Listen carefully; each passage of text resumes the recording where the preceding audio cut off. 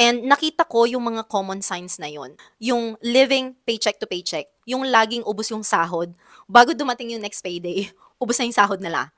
Um, Maraming sitwasyon na ganito dahil nga magastos ang OFW.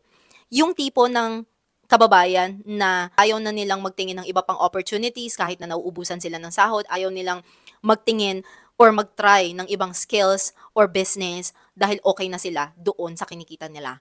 Second sign is fear of trying new things.